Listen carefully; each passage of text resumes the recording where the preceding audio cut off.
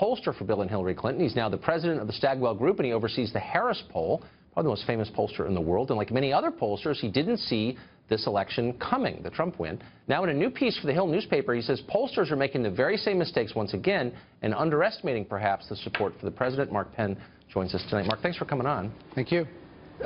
So in what ways are pollsters mismeasuring public opinion now? Well, we have to be wary of a kind of polling bubble.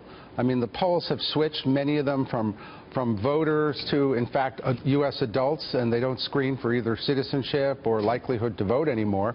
So that's a whole different group. And we haven't come together after this election the way we normally come together after elections. And so these polls really don't reflect the electorate. When you look at the electorate, it's pretty simple math. You know, 94 to 96% of Trump voters say they're sticking with him. That would be 94 or 95% of 46%. That's 43. About 10% of the people who didn't vote for him approve of him, and that would be about 48. And realistically, we are right back where we were on Election Day, and we are not really set back the way most of these polls show.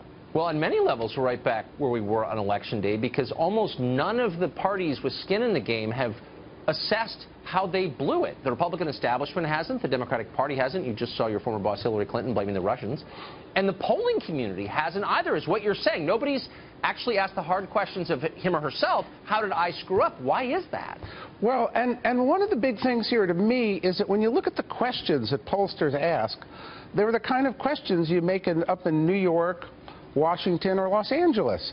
None of them covered whether or not sanctuary cities are popular, corruption in Washington, support for the police. Right. None of them really covered even, hire American, buy American. None of them typically cover all of the Trump message points. They typically cover all the opposition message points, and so therefore they're in a bubble. They don't see both sides, and America is split. There are two sides. The people in charge really are resistant to learning. Is this a theme? Is it fair to say that? Like, they just don't seem to learn anything, ever. Well, I think you'd want in the polls now to go out of your way to test all the Trump messages. Some will be successful. There is a lot of puzzlement why authorities in cities wouldn't take people they arrest and then inform immigration authorities. But on the other hand, a lot of people don't want to build the wall.